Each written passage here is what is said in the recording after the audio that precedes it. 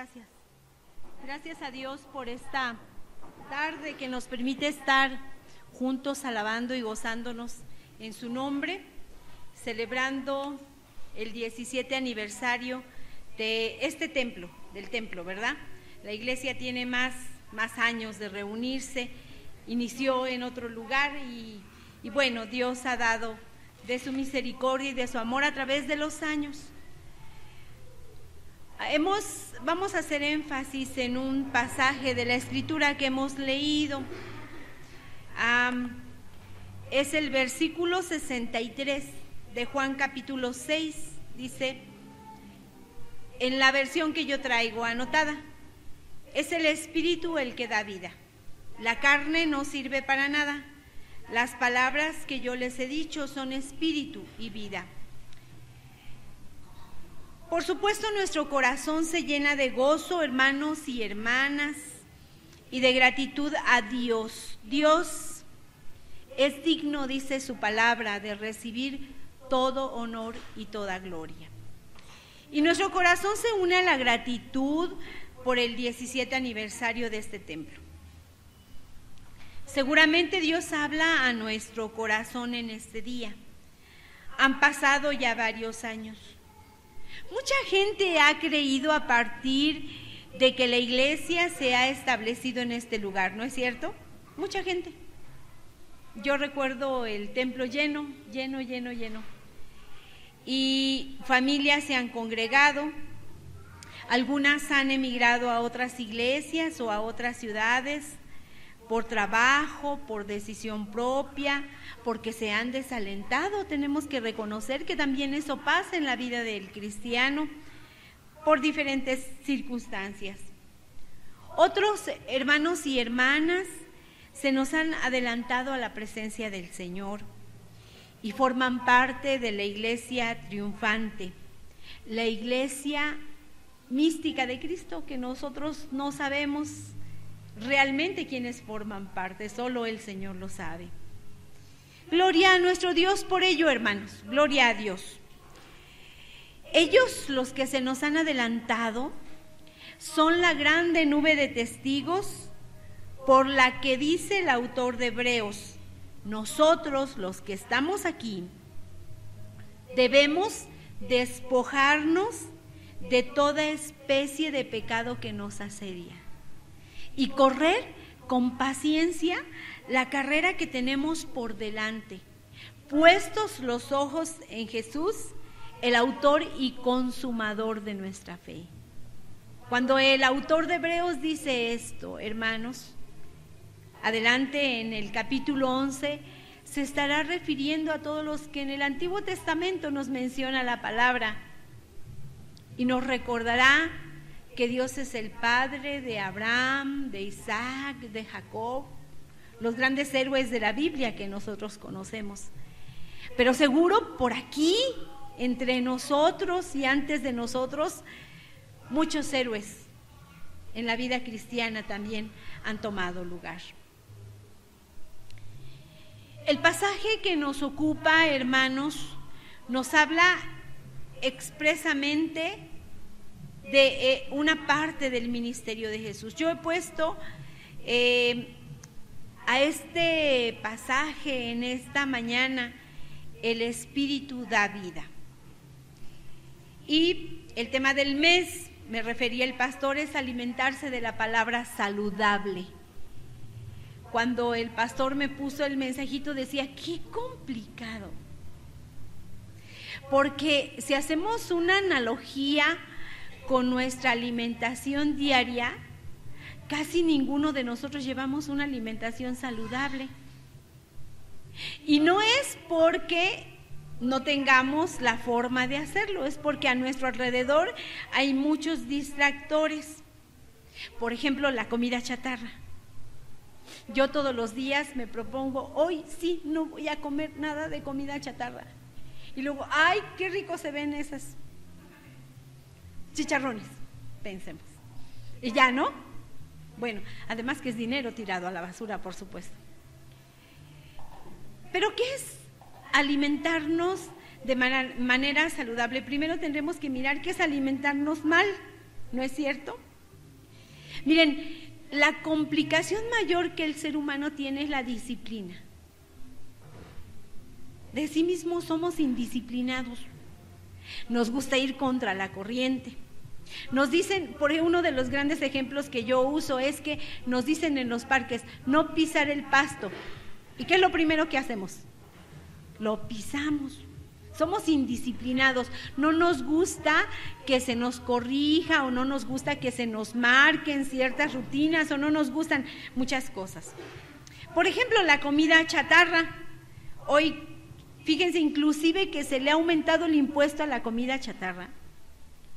Inclusive, hermanos, y esto lo veremos a largo plazo, por supuesto, en nuestro país, si dejaremos de ser el país con más obesidad en el mundo. No lo sabemos ahora, ¿verdad? Lo veremos a largo plazo si esto tendrá algún resultado.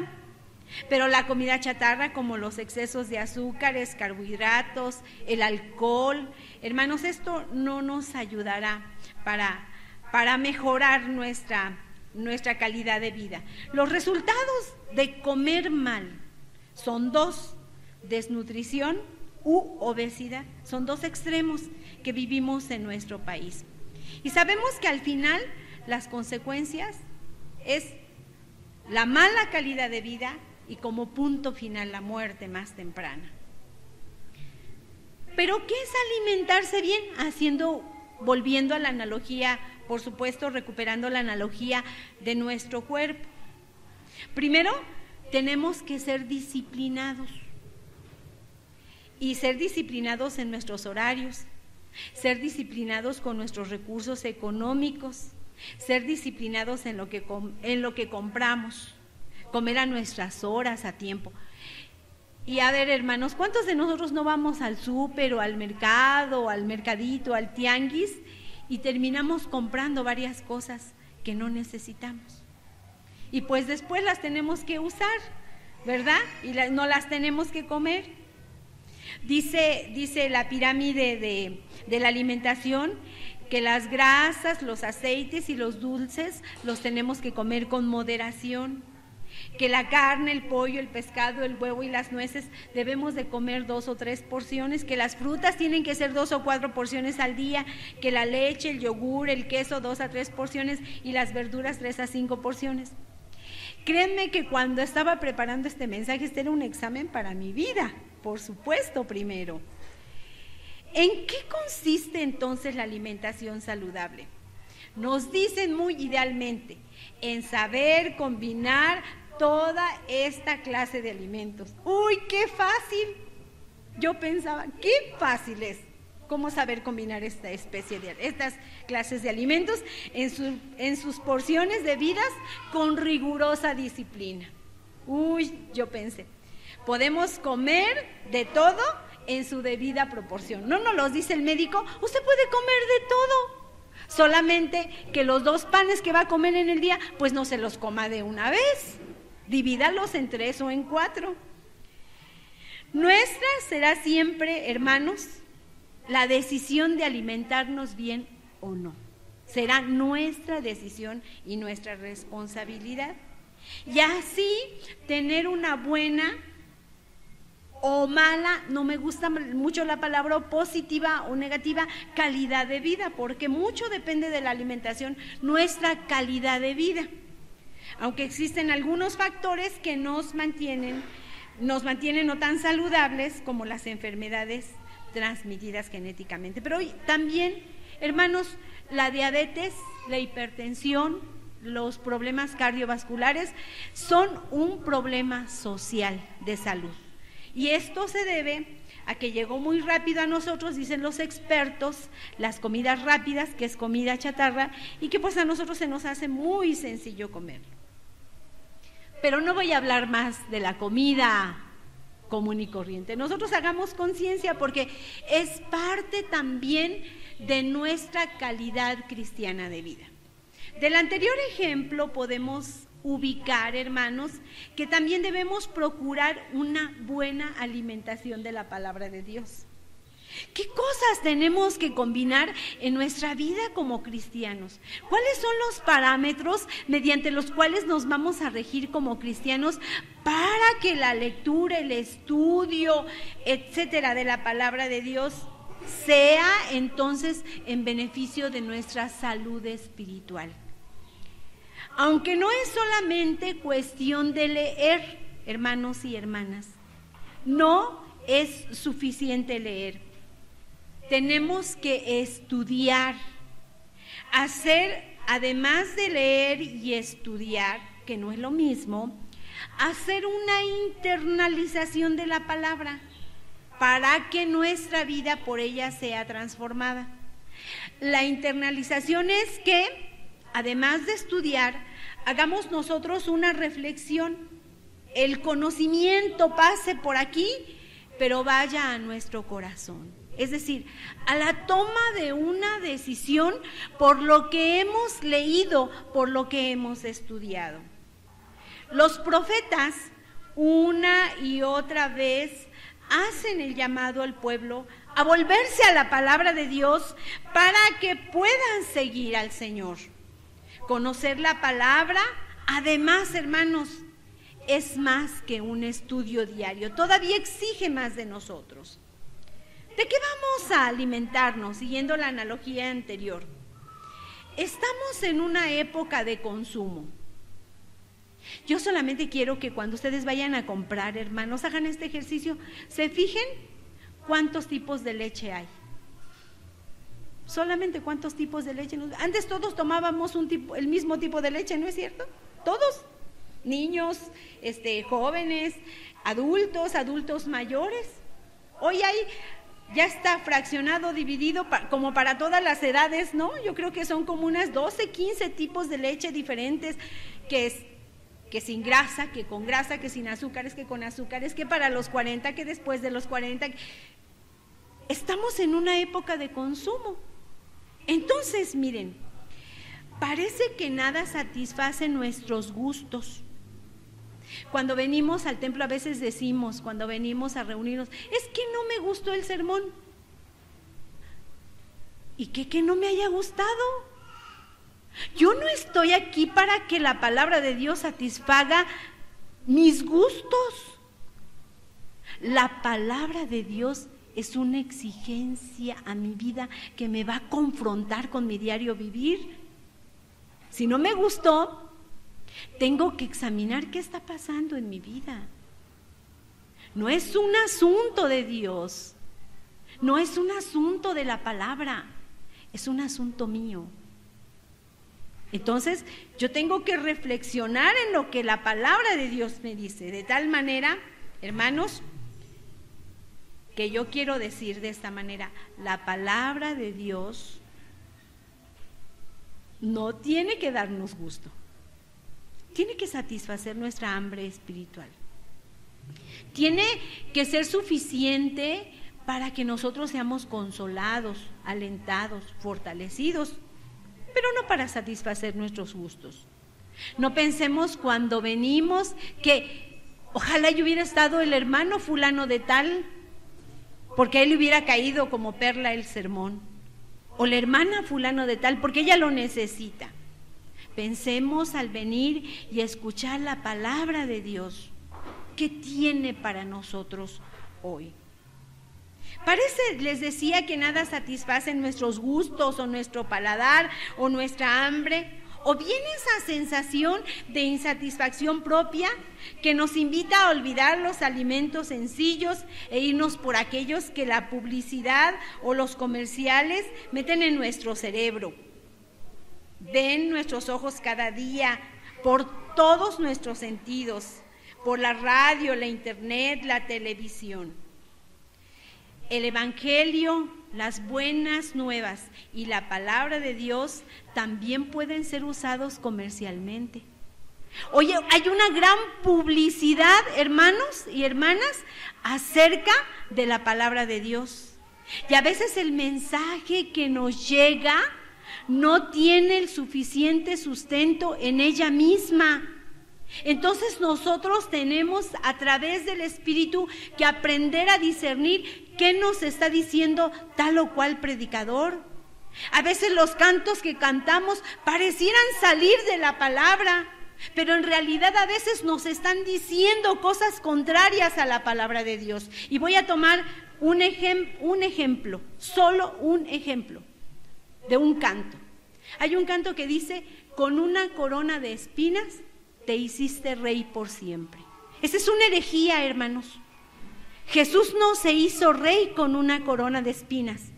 La muerte en la cruz fue una muerte indigna, diabólica. Jamás nadie en la cruz había sufrido eso.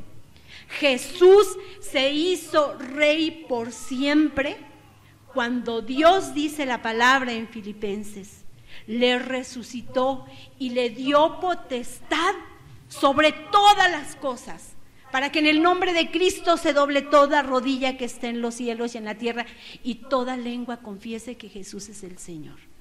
Jesús no se hizo rey por siempre con una corona de espinas. Esa es una herejía. La muerte que sufrió Jesús en la cruz del Calvario fue un oprobio, una muerte indigna. Y cuando lo cantamos estamos, hermanos, estamos desvalorizando y estamos yendo contra la palabra de Dios. Es cierto que Pablo dice: sí, yo tengo que predicar a Jesús y a este crucificado, pero no por la muerte indigna, sino porque Él aceptó ir a la cruz para darnos vida y vida en abundancia.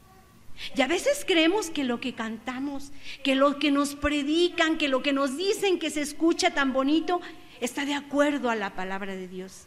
Y muchas veces no. Por eso la palabra de Dios nos invita, hermanos y hermanas, a que nosotros examinemos lo que otros nos dicen, lo que escuchamos de la palabra de Dios. Hoy el evangelio, hermanos, se ha vuelto comercial. Hay quienes comercian con el evangelio y entonces nosotros debemos tener mucho cuidado.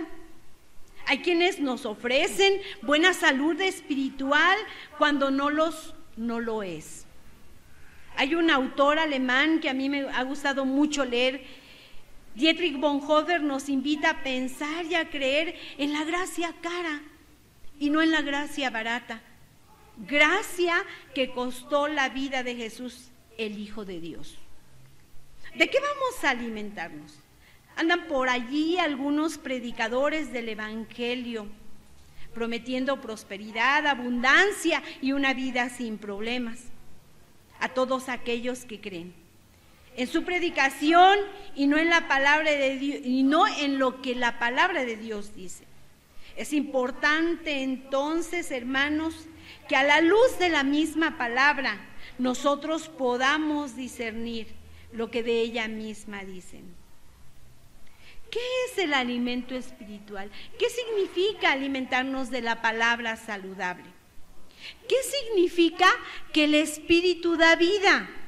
Volvamos al texto de Juan capítulo 6, versículo 63. Es el Espíritu el que da vida.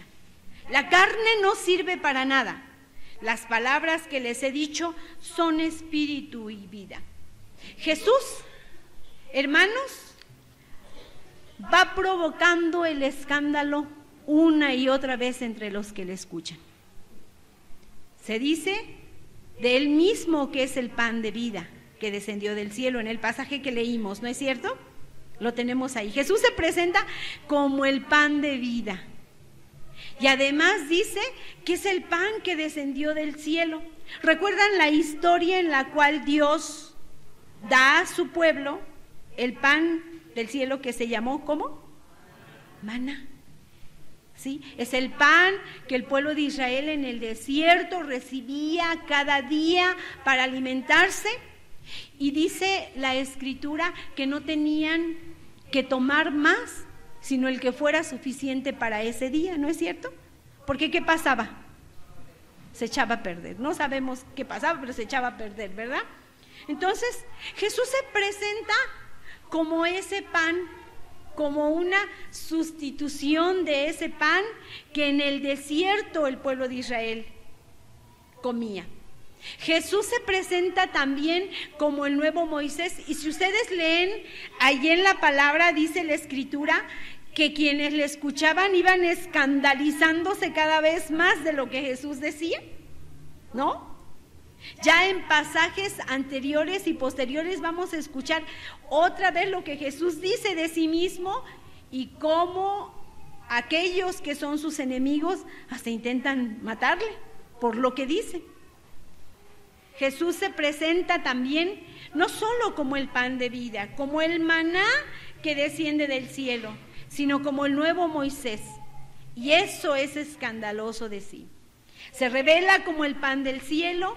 En la historia de la salvación, recordemos, como lo mencionamos, el maná que el pueblo de Israel come en el desierto como la provisión de Dios.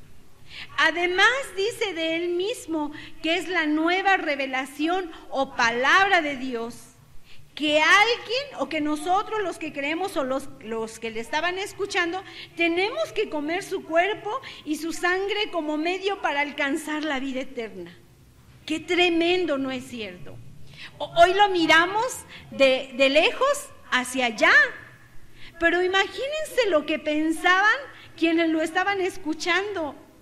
¿Cómo puede ser posible que tú nos digas que tenemos que comer tu cuerpo y beber tu sangre para pertenecer a tu pueblo y alcanzar la vida eterna? Jesús usa estas palabras indicando que en él se cumplirán muchas cosas que están escritas. Agrega a su discurso el texto que hoy nos ocupa. ¿Qué quiere decirnos? En el contexto del pasaje, Jesús opone la carne con el espíritu, pero no debe traducirse a oponer el cuerpo con el alma. Para el pueblo hebreo, hermanos, no había división. El ser humano es un ser integral y así debemos vernos, porque si lo queremos oponer nos complicamos la vida. Los judíos no conocían uno sin otro. Y debemos entender esta oposición cuando Jesús dice, el espíritu es el que da vida, la carne no sirve para nada. Debemos entenderla como lo que viene de Dios y lo que no viene de Dios. Encontramos también un ejemplo de esto en Juan capítulo 3. Alrededor del pasaje, lo que Jesús viene diciendo y desarrollando cuando habla del maná, de Moisés, de la ley y de él mismo como pan del cielo y pan de vida bajado del cielo, nos dice que aquel perece y esta es vida eterna, aquel es carne y este es espíritu. Jesús entonces da un nuevo significado a la tradición liberadora y redentora de Dios con su pueblo. La figura de Moisés les está diciendo, ya no le sirve de nada, ha terminado su función, se ha agotado porque está asociada con la ley, pero se recupera la vida por medio del mensaje nuevo de Jesús.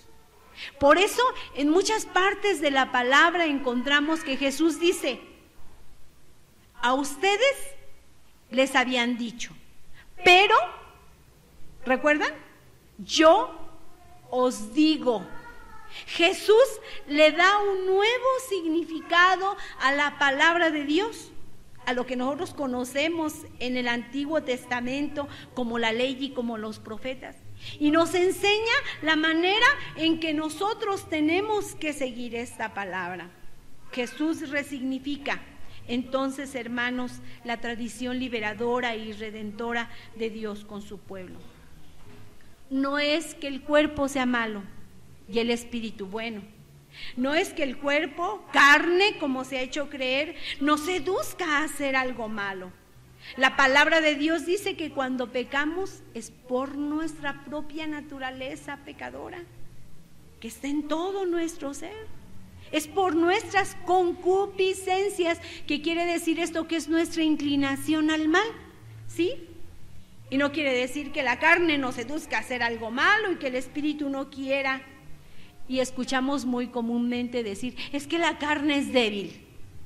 Y esa es nuestra justificación, nuestro pretexto para no hacer la voluntad de Dios. Pero no es ello, sino que es, como lo he dicho anteriormente, la palabra que viene de Dios, es la que debemos escuchar. El mensaje sencillo de la palabra llenará nuestra vida de paz y muchas veces nos llevará a inquietarnos porque Dios nos ha hablado a través de él. Alimentarnos de lo que viene de Dios no es un quehacer sencillo, es como la alimentación diaria. Requiere de nosotros disciplina, requiere de nosotros atención, requiere una combinación de elementos que nos ayudarán, hermanos, a estudiar diligentemente y aprender la palabra de Dios y sobre todas las cosas a ponerla en práctica. La Biblia, hermanos, la palabra no es un fetiche. No es algo que podamos poner en nuestra mesita en la noche, en nuestro buró, y se nos va a pasar así como del buró a nuestra mente. No es algo que tengamos que poner en un lugar que veamos y así como para rendirle adoración. No es algo que llevamos en nuestra bolsa y por ello ya no nos pasará nada. No es algo que por arte de magia haga ciertas cosas en nuestra vida. La palabra de Dios no tiene ese quehacer. La palabra de Dios, hermanos, si nosotros lo dejamos toda la vida cerrado así, así se quedará. Y será letra muerta. Y será letra muerta. Vivirá, tendrá vida cuando nosotros seamos capaces de accionarla en nuestra vida propia. Alimentarnos de lo que viene de Dios no es un quehacer sencillo, vuelvo a mencionar. Significa disciplina como cristianos. Uno, hermanos, es la constante oración. Cuando yo llegué, ustedes estaban en la escuela dominical hablando de la oración. La oración, dice Wesley, es el respirar del cristiano. Y nosotros no pensamos para respirar, ¿o sí? Bueno, se han hecho estudios especiales donde dicen que sí, a veces a los seres humanos y a los bebés se les olvida respirar, pero regularmente el ser humano no piensa para respirar. La oración debiera ser y requiere disciplina, tener nuestra oración diaria y en ciertos momentos del día, hermanos, también dedicar un tiempo a la oración. Requiere la guía del Espíritu Santo. Nosotros no podemos entender la palabra, no podemos escuchar la voz a través de ella si el Espíritu Santo no guía nuestras vidas, si el Espíritu Santo no guía nuestro estudio, si el Espíritu Santo no provee a nosotros el discernimiento para entender la palabra de Dios. Si nos sentamos a estudiar la palabra y no hemos pedido la guía del Espíritu, hermanos, no lograremos entender qué quiere Dios para nosotros hoy. Requiere comunión con Dios a través de la oración, a través de la guía del Espíritu Santo. Requiere un estudio en grupo. Nadie crece solo, nadie entenderá la palabra de Dios solo. Necesitamos que otros nos enseñen y nos expliquen. Y yo quiero preguntarles, hermanos, ¿cuántos de nosotros venimos a la escuela dominical y a los estudios bíblicos y al culto de mediodía, los que estamos aquí, bendito Dios? Pero quizá nos falta agregarnos a un grupo en el cual podamos crecer entre semana, hermanos, aquí en la iglesia se provee de ello. Requiere una constante lectura y estudio de ella y un compromiso de ponerla en práctica. Cuando preguntamos los textos, ¿cuántos capítulos leyeron en la Biblia, en la semana de la Biblia? ¿Qué nos dicen los hermanos? 15, 20. Yo siempre me admiro de los hermanos que leen tanto la palabra de Dios, porque regularmente cuando yo voy a la palabra me examina a mí, es como un espejo frente a mí. Y entonces yo tengo que tener el compromiso de ponerla en práctica. No sé si ustedes han escuchado esta ilustración. Creo que alguna vez ya la dije aquí, en realidad no recuerdo, pero dicen que el pastor invitó a una iglesia a predicar a el evangelista, al escritor de las cartas de Juan, a Juan. Ya estaba él muy ancianito y ya le tocó el turno de predicar, y entonces Juan empezó a dar su sermón y dijo: hermanos, amaos los unos a los otros. Se cayó. Y entonces, como ya estaba muy viejito, empezó a dormitar ahí en el púlpito. Y el pastor lo despierta y le dice: hermano Juan, siga predicando. Y dice: amados, amémonos unos a otros. Y se vuelve a dormir. Y ya por ahí un hermano, una hermana se molesta y le dice: pastor, pues dígale ya al hermano que siga predicando, estamos... Y vuelve a despertarse Juan y dice: amados, amémonos unos a otros. Y bueno, ya alguien de la congregación desesperado se para y le dice al hermano: hermano Juan, siga predicando, por favor.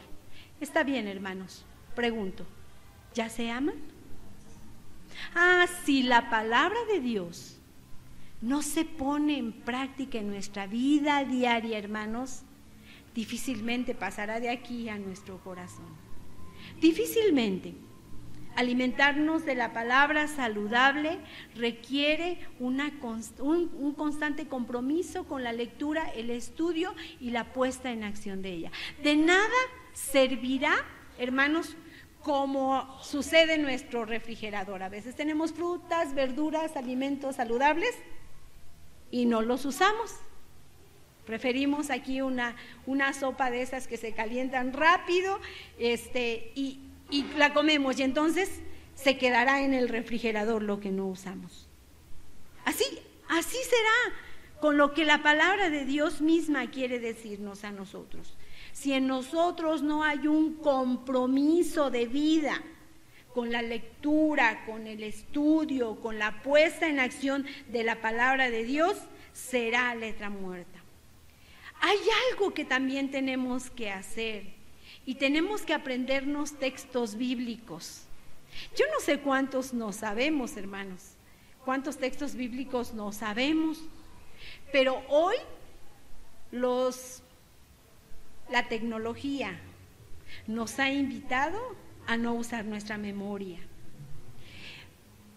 Uno de los profetas en la palabra de Dios dijo que el pueblo pereció por falta de conocimiento.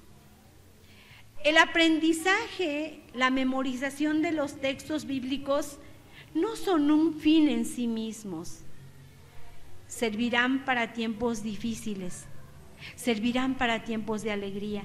¿Cuántos de nosotros quizá no hemos pasado por esa experiencia de que algún compañero en la oficina, algún amigo, alguna amiga, algún familiar de repente nos dice que algo está pasando en su vida y no sabemos qué decirle? Si tenemos a la mano, en la mente, un texto bíblico de aliento, de esperanza, de fortaleza, habremos de compartir con él la palabra.